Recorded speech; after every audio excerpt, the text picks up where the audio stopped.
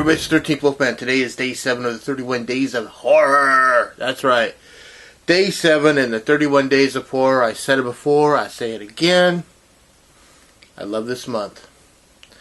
Yes, I watch horror all year round, but I also watch a lot of other stuff. But this month is special to everyone, so we have a good time doing it. Before I get started, I want you to like, subscribe, share, and comment. If you like something, like it. That way it helps it get out to other people. If you want to say something, please do, because I always want to know what you have to say. Check out I Am the Ice Lord, the one and only MSJ, Retro Horror, Random Horror, Carly 317, Double Shot J, and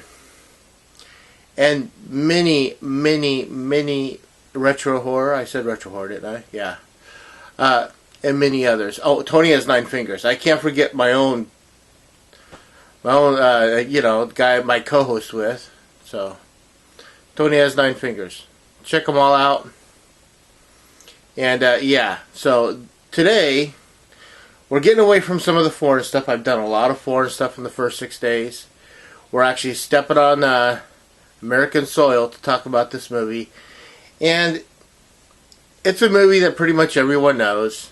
I mean, I think I read, when I looked over the list, I think there was like 3, maybe 4 titles that are universally known. You know? This is one of them. And it is Leprechaun. Whew. Warwick Davis as the Leprechaun. The first movie in a plethora of movies. This is the 7 film collection. This doesn't have Leprechaun Returns in it. It has 1, 2, 3, 4. It has Leprechaun in the Hood, and then Back to the Hood, and Leprechaun Origins with Hornswoggle as the Leprechaun instead of Warwick Davis. But it doesn't have Leprechaun Returns. But that'd be neither here nor there. Let's talk about the first movie. The first movie with Warwick Davis and, before she was known as Rachel Green on Friends, Jennifer Aniston. This movie came out in 1993. I watched it and I was like, I don't remember this movie being as quirky and as weird as it was.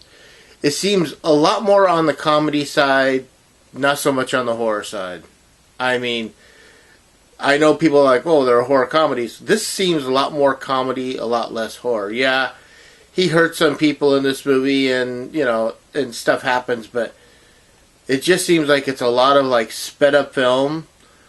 When you see him on the tricycle or whatever, and it's all sped up and he's just kind of like going, I don't know, it just seems really, really odd. I liked it. The other thing I noticed about this movie is that it was like super, super dark. As far as picture quality goes. It seems like, for some reason, I don't know, I don't remember being this way. Maybe it's the transfer of the movie. Maybe not. I don't know. But, it's a good movie. It's a fun movie. I keep saying things are fun, but I don't know what else to say. I mean, it is fun to watch. I'm looking forward to watching the rest of them because I'll be honest, I've seen the first 3, and I think I've seen the 4th one. There was a trend going on in the 90s when all of a sudden, all horror movies were going into space, so they quit being horror movies to me. They were sci-fi films. Hellraiser in the 4th movie went to space. Leprechaun, the 4th movie, went to space. Jason X went to space. I mean, I don't understand why we have to go to space. It's just weird. But Leprechaun in the Hood and Back to the Hood and Leprechaun Origins, I've never seen. I can honestly say that. I know that Hornswoggle's in it, but there's a giant WWE, stamp on the disc. Yeah, well, not giant, but it's right there. WWE. So, So, I mean, well, okay, they had a guy in the WWE at the time that played a leprechaun, and why not, use him as the leprechaun of the movie, since he's producing it. They're all rated R, and only one of them, it's kind of funny because they show the ratings on the back down here. They're all rated R, and only the second one has any nudity, which really surprises me, because a lot of these were direct to video. After the second one, I think it was. The third one, I believe, was direct to video. It might have been in the theaters. I might be wrong about that. It might be the one in space that went direct to video. But after a while, I mean, so if you're going direct to video, then why not just do what you want? Make it as bloody as you want. Make it as gratuitous as you want. Like I said, I liked the first movie. I don't remember being as quirky as it was. It's just weird. There's a lot of special features on this too. 2 movies per disc, except for the last one. And yeah, I don't really have a whole lot to say. I enjoyed it. I'm not rating these movies. This is just 31 days of 31 days of horror.